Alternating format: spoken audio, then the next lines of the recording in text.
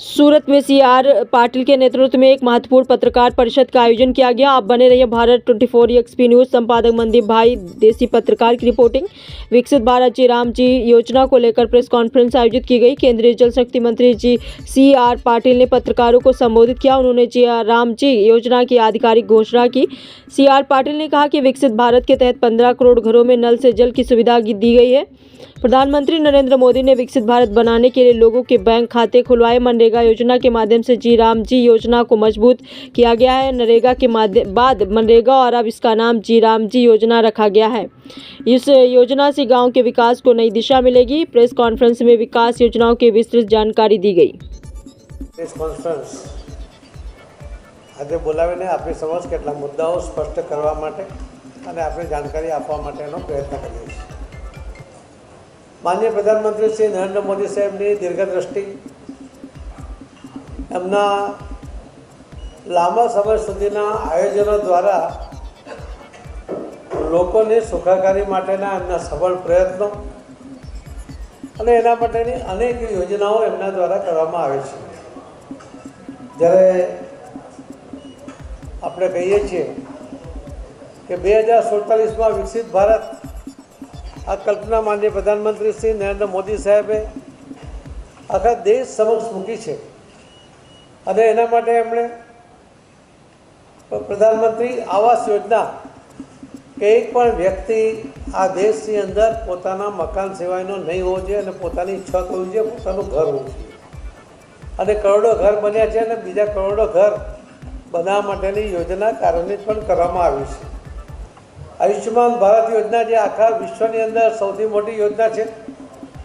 सामान्य लोग जयरे बीमार पड़े अने त्यारे आर्थिक तंगी ने कारण घणीवार जो योग्य सारवार ना करावी सके तो मृत्यु सुधी एने जोवुं पड़े, त्यारे एमनी जवाबदारी कोई प्रधानमंत्री लीधी हो तो पहला प्रधानमंत्री है माननीय प्रधानमंत्री श्री नरेंद्र मोदी साहेब के जेमणे विश्वनी सौथी मोटी आ हेल्थ माटेनी योजना आयुष्मान भारत योजना एने अमलमां मूकी छे। कोई भूखो न सूई जाए एना माटे गरीब कल्याण अन्न योजना के जेनी अंदर लगभग 80 करोड़ थी वधु लोकोने माथा दीठ मित्रों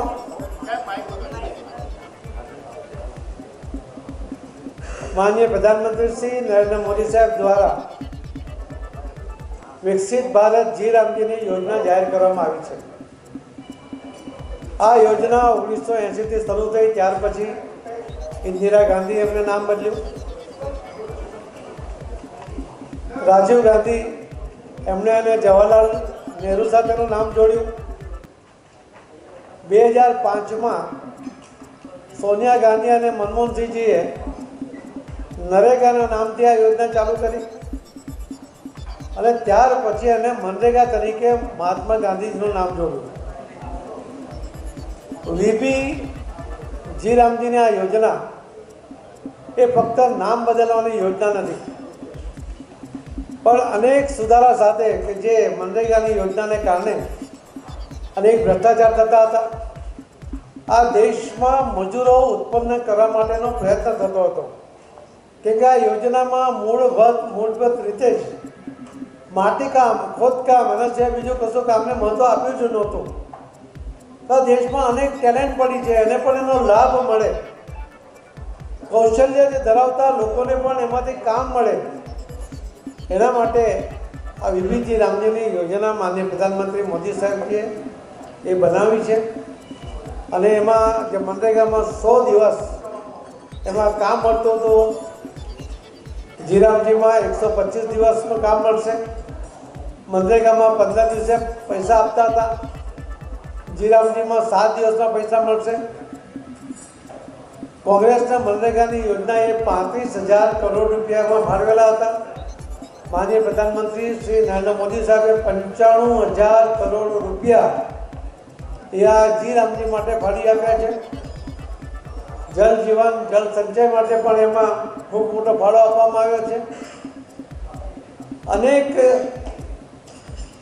कार्यों ने आम समाविष्ट करीने मोदी साहेबे 2047 सुधीमां विकसित भारत की कल्पना करी है એના માટે કરોડો લોકોને પોતાનું ઘર મળે, એક પણ વ્યક્તિ ઘર વગરનો ન રહી જાય. આયુષ્યમાન યોજના દ્વારા કોઈ બીમાર પડે અને પૈસાના કારણે સારવાર ન કરાવી શકે અને મૃત્યુ થાય, એ માન્ય મોદી સાહેબને મંજૂર નથી. એટલા માટે આખા વિશ્વની સૌથી મોટી યોજના આયુષ્યમાન કાર્ડ, આયુષ્યમાન યોજના આપણે બનાવી. 80 કરોડ લોકોને માથાદીઠ 5 કિલો અનાજ ફ્રી આપવા માટેની યોજના ચલાવે છે કે જે ગરીબ લોકોને એમાંથી રાહત થાય.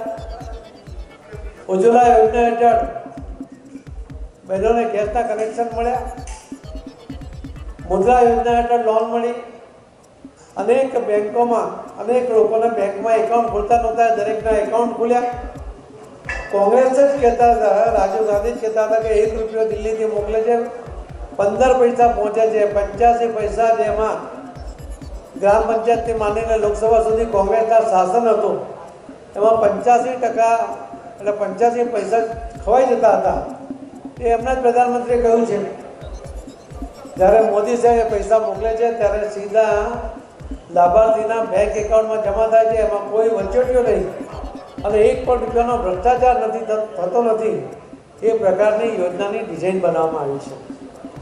જીરામજીની આ યોજના દ્વારા અનેક લોકોને આમાંથી ફાયદો મળશે. અનેક યોજનાઓનો લાભ લોકો જે લઈ રહ્યા છે તેમાં વધારાનો લાભ એમને મળશે.